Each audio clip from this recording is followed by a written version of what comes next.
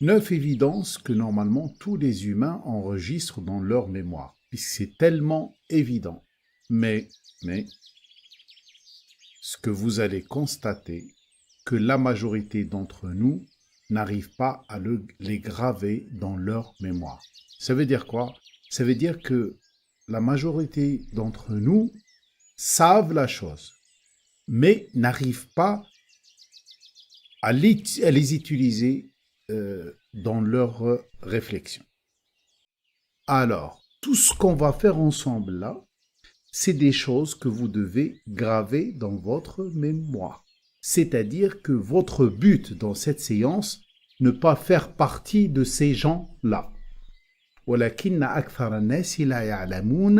Mais la majorité des humains ne le gravent pas dans leur mémoire. Toi, tu ne dois pas faire partie de ce mot, la plupart.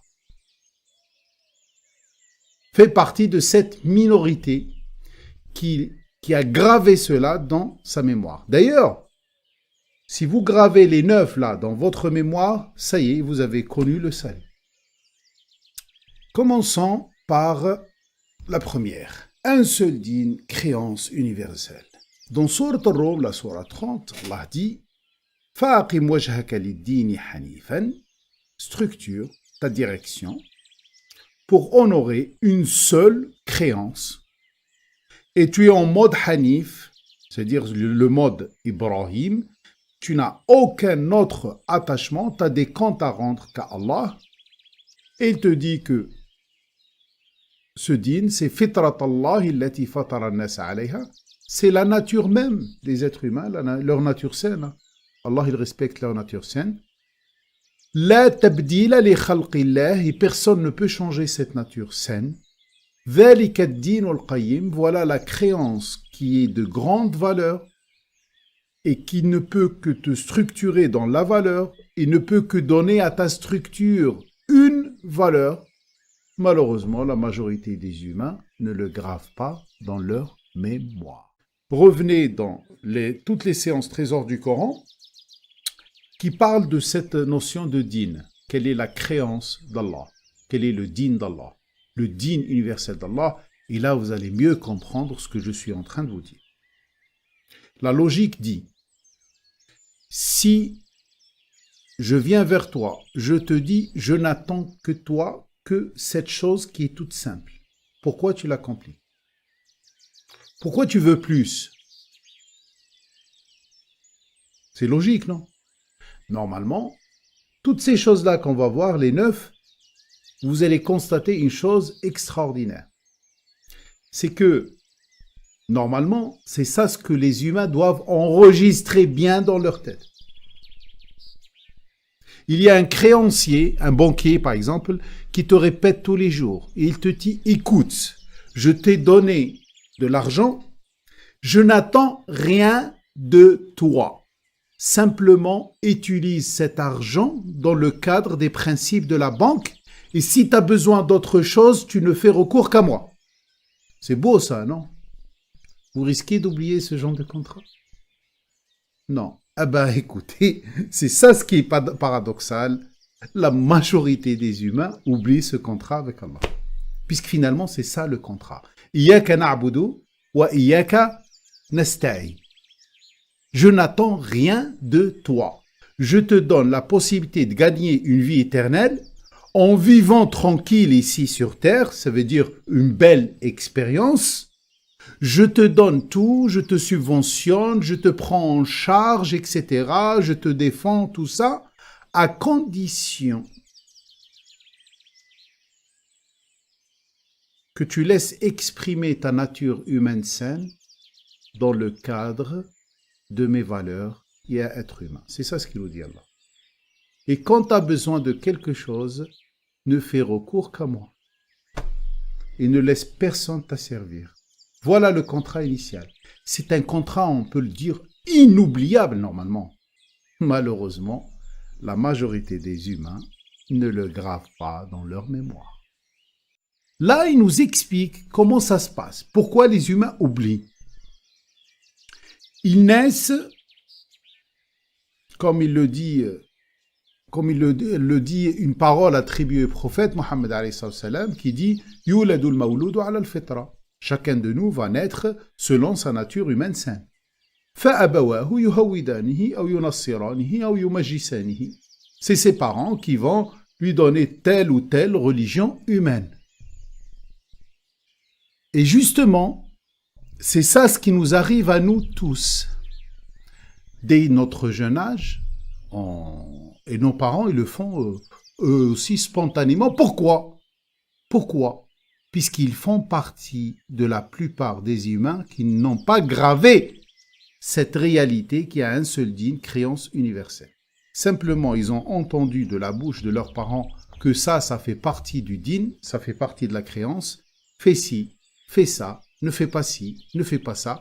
Et ils rajoutent des choses, ils rajoutent. Et plus ils rajoutent des choses, plus ils te condamnent. Vous savez pourquoi Allah a instauré ce dîn universel ?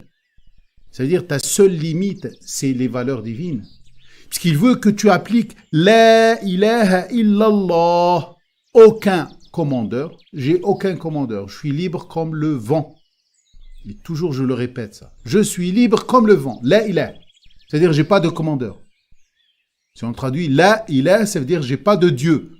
La ilaha, j'ai pas de commandeur. Je suis libre comme le vent. Illa, sauf Allah. Ah tiens, ça veut dire je ne suis soumis qu'aux limites que Allah m'a mis. Quelles sont les limites que Allah m'a mis ? Fitrat Allah allati fatara an-nas 'alayha et asma'uh. Là, laissez les asma. Ça veut dire quoi ? Ma nature humaine saine et les valeurs universelles. Point final. C'est comme toi, tu es employeur et tu envoies ton salarié pour réaliser une mission dans un autre pays. Il est loin de toi. Il doit se débrouiller seul. Qu'est-ce que tu vas lui dire ?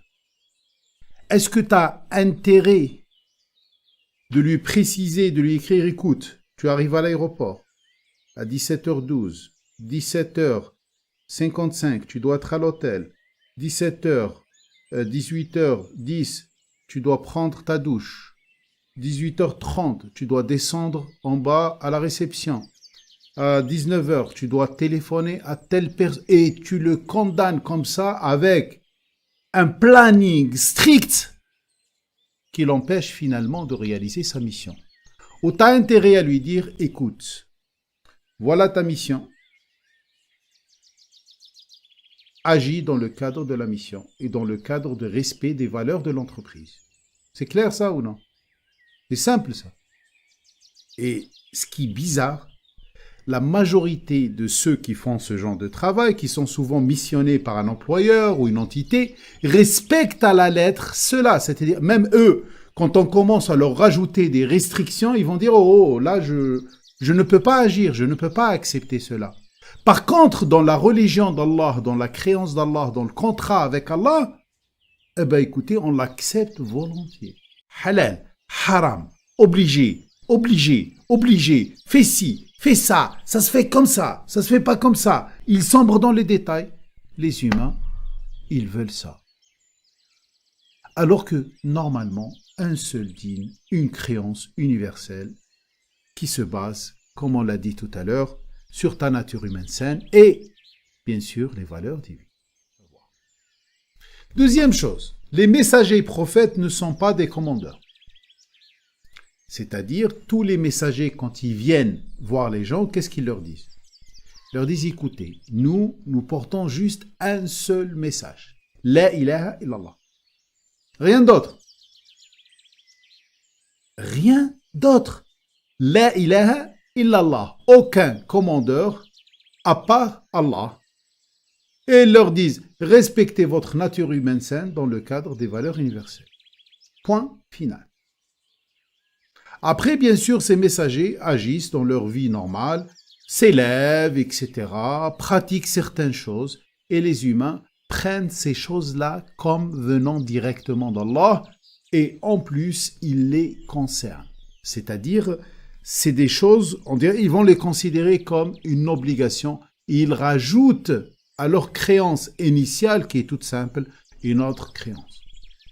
Lisez le Coran depuis le début jusqu'à la fin, prenez tous les messages des messagers et des prophètes et vous allez constater qu'ils n'appellent que vers Allah.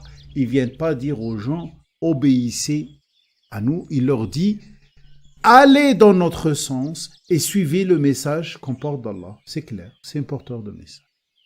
Très bien.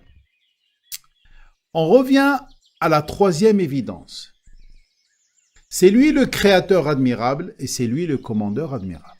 La majorité des gens, pourtant, la plupart d'entre eux ne le gravent pas dans leur mémoire. Ça veut dire quoi?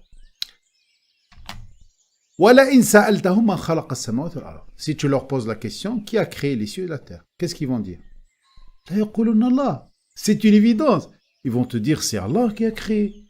Très bien. Dis, le processus admirable lui appartient, mais dans tous les domaines. Et le signe 26, Lillahi ma fis samawati wal ard, inna Allah huwa al-ghaniyyul hamid. Allah appartient à ce qu'il y a dans les cieux et la terre. Le créateur, c'est tout à fait normal, c'est lui le propriétaire, non? Mais les gens l'oublient. On sait que c'est lui le créateur, mais on oublie que c'est lui le propriétaire. Souvenez-vous de l'aube de Ramadan. Je sais que c'est lui qui a fait ce corps. Par contre, qui est le propriétaire de ce corps? C'est moi. Je sais que c'est Allah qui a créé mon enfant. Mais qui est le propriétaire de mon enfant? C'est moi. Je sais que c'est Allah qui a créé cette terre qui m'appartient. Ces 1000 hectares qui m'appartiennent. Je sais que c'est Allah qui les a créés. Mais ça appartient à qui? À moi. Et je vais les gérer comme si j'étais le propriétaire. Et je fais ce que je veux, alors que dans le signe 25, il te demande d'avoir la même attitude que les animaux et les autres créatures. Ça veut dire utiliser les biens du créateur sans oublier que c'est lui le propriétaire et tout revient à lui. Cette chose qui est logique, hein? Allez, tu es locataire d'une maison, tu es locataire d'un appartement. Est-ce qu'un jour tu as oublié que ça ne t'appartient pas? Ça arrive ou non? Ça n'arrive jamais. Tu loues une voiture. Est-ce qu'un jour tu risques d'oublier que ça ne t'appartient pas? Par exemple, quand quelqu'un il vient te dire « S'il te plaît, est-ce que tu peux me la vendre ?» Tu lui dis « Attends, je vais réfléchir. » Non, tu vas même pas réfléchir. Tu vas même pas lui dire « Je vais réfléchir » puisque tu sais que ça t'appartient pas. Alors, c'est bizarre. Concernant les propriétés d'Allah, la majorité des humains l'oublient. Ils se comportent comme si c'était à eux. Ils font ce qu'ils veulent. Tu ne dois jamais oublier que ça lui appartient. Comme tu n'as jamais oublié que c'est lui le créateur.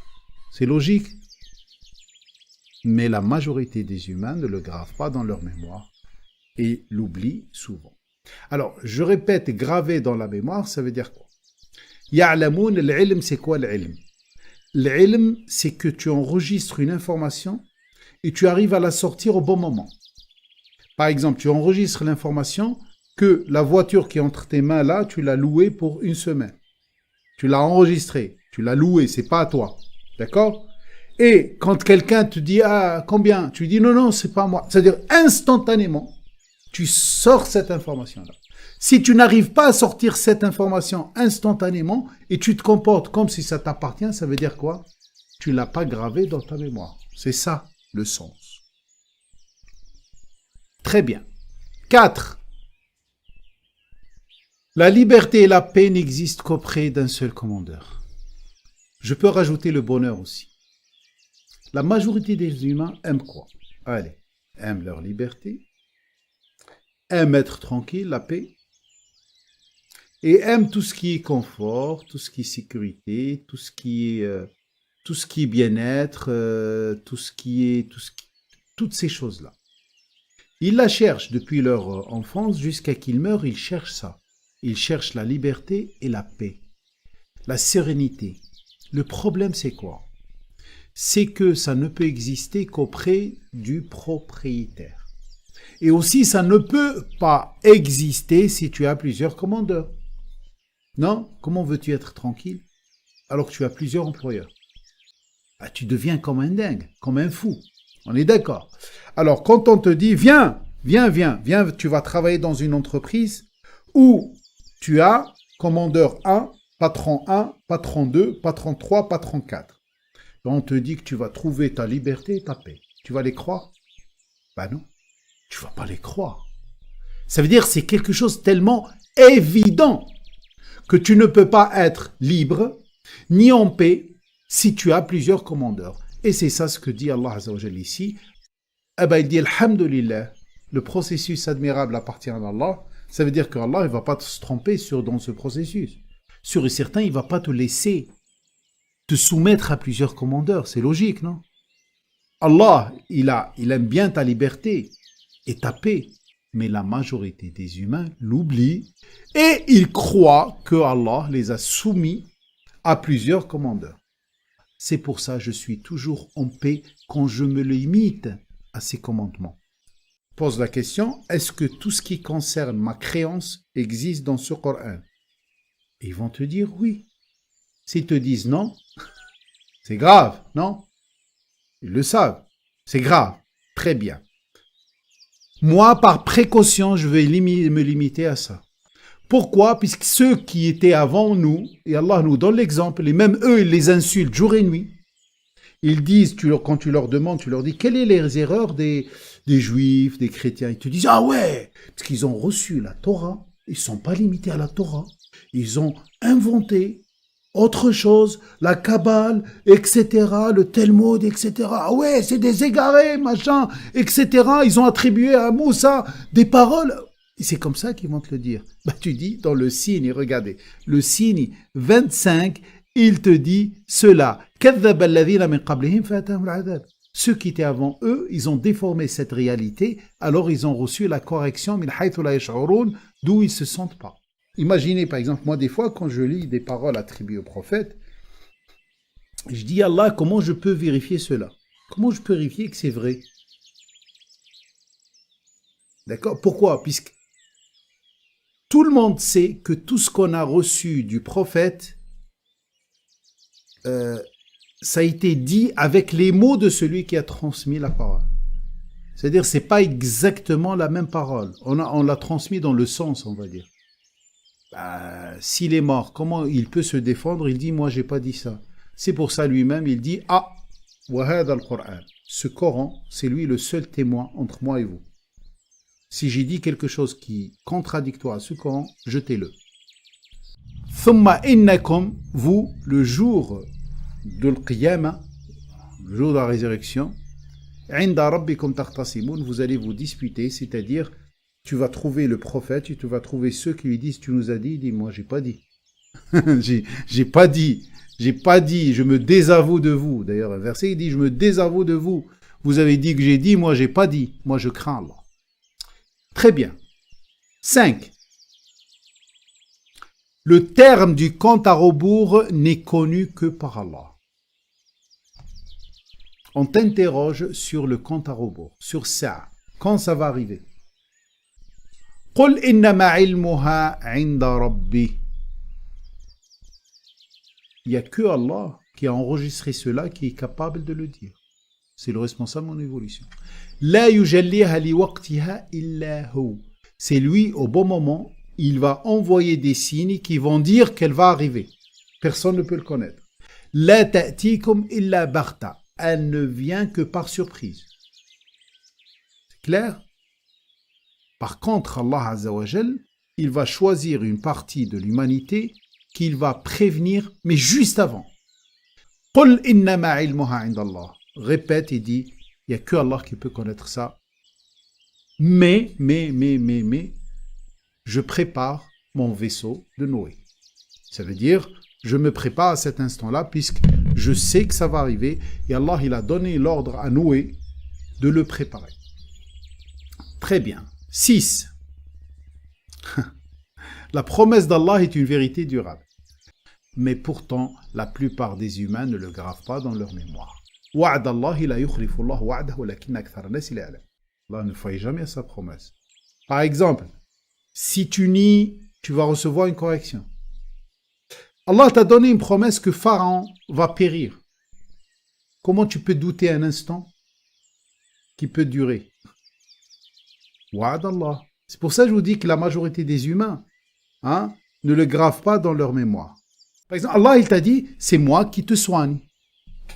Allah, il l'a promis. Mais la majorité des humains n'arrivent pas à le graver dans leur mémoire. Prenez tous les exemples et vous allez dire, Wallah, c'est vrai, je lis le Coran tous les jours et je lis le mot promesse d'Allah, ceci est la promesse d'Allah, Allah ne faillit jamais à sa promesse, mais j'oublie vite fait. Waouh! Eh bien justement, nous sommes des privilégiés si on a ce cours, si on a ce rappel, pour que tu puisses te détacher de la majorité des humains. Pourquoi? Puisque la majorité des humains ne font pas confiance et la majorité des humains vont périr. Détache-toi avant que ce soit trop tard. Allah, comment il classe les humains? Selon leurs pensées. Eh bien, toi aussi, si tu penses comme la majorité des humains, sûr et certain, tu es dans le risque, mon ami. Alors, vite fait, réveille-toi. Réveille-toi. Là, c'est quelque chose d'important. Là, ça rigole pas, là.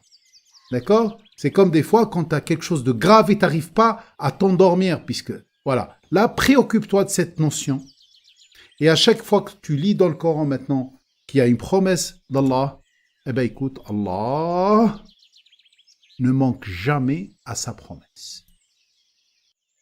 Alors, pourquoi tu doutes? Inna wa'dallahi haqq. La promesse d'Allah, c'est une réalité durable. Pourtant, la plupart des humains ne le gravent pas dans leur mémoire. Walakinna aktharahum, la majorité d'entre eux ne le gravent pas dans leur mémoire. Allah est toujours vainqueur en son ordre. Quand Allah donne un ordre, et Pharaon donne un ordre, je prends l'exemple Pharaon, c'est-à-dire c'est l'autorité la plus puissante sur terre, on va dire. Quand Allah donne un ordre, et Pharaon donne un ordre, c'est qui gagne? C'est Allah. Le récit de Youssef, il est pour vous un exemple extraordinaire. Allah, il a donné une ordonnance, un ordre, dès le départ, il l'a transmis à Youssef à travers un rêve quand il était tout petit, que Youssef va devenir roi, va devenir un dignitaire, va devenir un ministre. Ça, c'est ce que Allah a décidé, une ordonnance. Par contre, ses frères, qu'est-ce qu'ils ont décidé? De le tuer. Non? Et ceux qui l'ont pris dans le puits, qu'est-ce qu'ils ont décidé? De le rendre esclave. Et ceux qui l'ont accueilli, qu'est-ce qu'ils ont décidé? De l'exploiter. Non? Et les femmes et leurs époux, qu'est-ce qu'ils ont décidé? De l'emprisonner. Vous voyez les décisions une après une.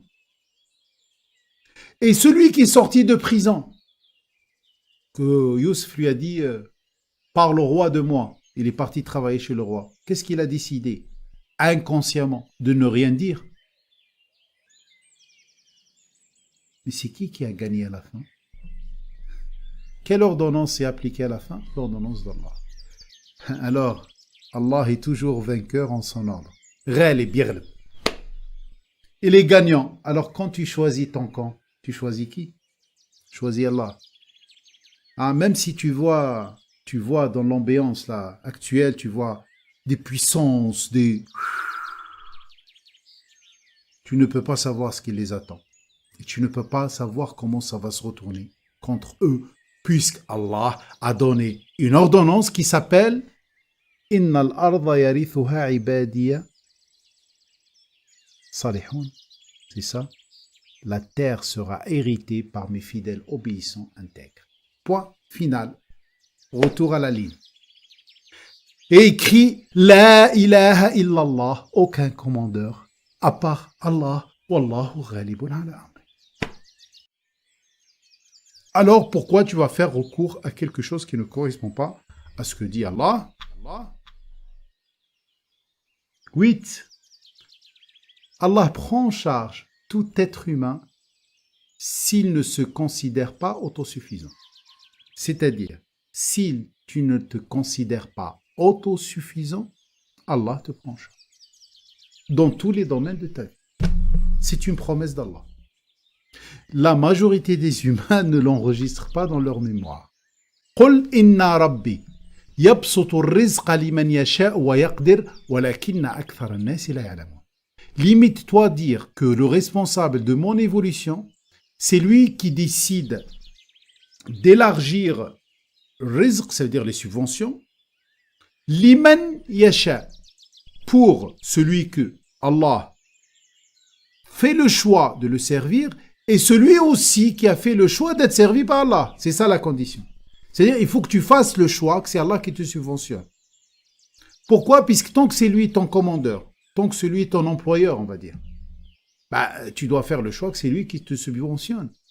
Quand tu pars pour un patron dans une mission, c'est qui va subventionner cette mission? Ce n'est pas le patron d'à côté, non, c'est ton patron. Alors quand tu travailles pour Allah, quand tu évolues vers Allah, quand tu te limites à ta nature humaine saine en respectant les valeurs d'Allah, et quand tu appliques les valeurs d'Allah, qui va te subventionner? Quand tu appliques les directives d'Allah, c'est lui. Alors si tu fais ce choix, il va te subventionner et sans limite. Dans d'autres versets, il y a plein de choses. Pourtant, la plupart des humains ne le gravent pas dans leur mémoire. Les pauvres, ils passent leur vie à rassembler, souffrir, alors qu'il y a Allah à côté qui leur dit non, vous n'êtes pas obligé de souffrir pour avoir des subventions. Alors pourquoi tu doutes? فَإِذَا مَسَّ الْإِنسَانَ ضُرٌّ dans sourate Zumar 49, qu'est-ce qu'il te dit? Quand il dit l'être humain, quand il y a contrainte qui le touche, il revient vers Allah, il lui demande. Par contre, quand il lui demande à lui seul, qu'est-ce qu'il fait Allah? Il lui donne. Non? Ah, ça c'est toujours. Quand à un moment tu arrives à un stade, c'est ça ce qu'on appelle les miracles, ou c'est ça les gens ils te disent, Wallahi, à ce moment-là, quand j'ai essayé avec les médecins, j'ai essayé avec ci, j'ai essayé avec ça, j'ai fait recours à celui-là, j'ai fait recours à celui-ci, ça n'a pas marché, et quand j'ai cru que c'est la fin, je me suis effondré, et j'ai demandé à Allah, sincèrement, et comme par hasard, il m'a donné. Comme par hasard, il m'a donné. Alors, quand l'être humain il est touché par une contrainte, il demande à Allah, Allah lui donne. Le problème, c'est quoi? Quand Allah lui donne, il oublie vite fait, il l'attribue à lui. Il croit qu'il a fait quelque chose. Oui, c'est vrai, bon, j'ai fait le nécessaire, j'étais voir ci, j'étais voir ça, etc. Et finalement, c'est là où il coupe le rizq. Alors, comment tu coupes les subventions qui te viennent d'Allah? Quand tu te considères autosuffisant. Aussi, un autre signe. Allah prend en charge tout être humain s'il ne considère pas autosuffisant. Sourate 16, 75. Allah, il te donne un modèle. Il te dit, un abd, un esclave, qui est propriété de quelqu'un d'autre. La yaqdiru ala shay. Quand tu es la propriété de ton compte bancaire, quand tu es la propriété de toi-même, quand tu es la propriété de ton employeur, quand tu es la propriété de quelqu'un d'autre, sûr et certain que tu es dans une position d'esclavage. Par contre, quand tu es la propriété d'Allah, Allah va te subventionner et de la meilleure des manières. Une manière digne, avec beaucoup de largesse, au bon moment. Si maintenant tu as besoin juste de 2 euros, il va te les donner. Si demain tu as besoin d'1 million d'euros, il va te les donner. Sois sûr et certain. Et à ce moment-là, puisque ça ne t'appartient pas, tu sais que tu n'es pas la propriété de quelqu'un d'autre, tu es la propriété d'Allah, qu'est-ce que tu vas faire? Toute chose qu'Allah te donne, tu sais que ce n'est pas ta propriété, eh bien tu vas le dispatcher, tu vas l'investir en secret ou devant tout le monde. Allah, il nous dit, sont-ils égaux? Cet esclave, quand tu considères que ton argent, c'est ta propriété, tu deviens l'esclave de ton argent. Ce que je vous dis. Et la 9e chose, Allah n'a pas créé les cieux et la terre pour jouer. Ça, c'est parmi les choses que la majorité des humains oublient. On oublie souvent que toute chose qui est créée,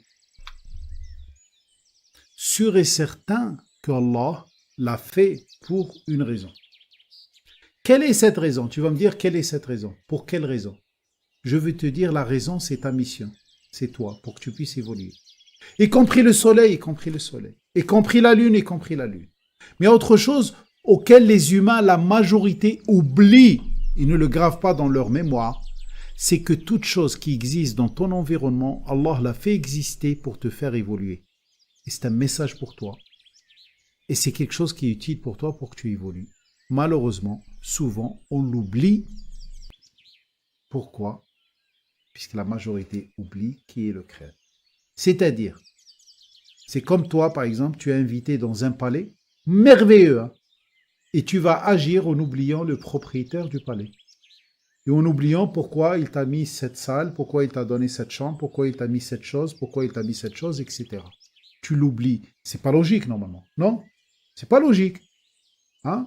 Quand tu es dans une entreprise, est-ce que tu oublies que l'entreprise ne t'appartient pas? Est-ce que tu oublies que l'entreprise appartient à telle personne? Tu l'oublies jamais. Par contre, dans l'entreprise terre, ciel et terre, on oublie souvent que Allah, s'il a mis quelque chose, sûr et certain qu'il y a une raison, et raison durable, et une réalité, et auquel je dois faire attention, et faites attention à votre environnement. Walhamdulillahi Rabbil Alamin. On s'est investi ici à l'Institut des valeurs, investissez-vous, c'est pour vous. وَمَا أَسْأَلُكُمْ عَلَيْهِ مِنْ أَجْرٍ إِلَّا عَلَيْكُمْ.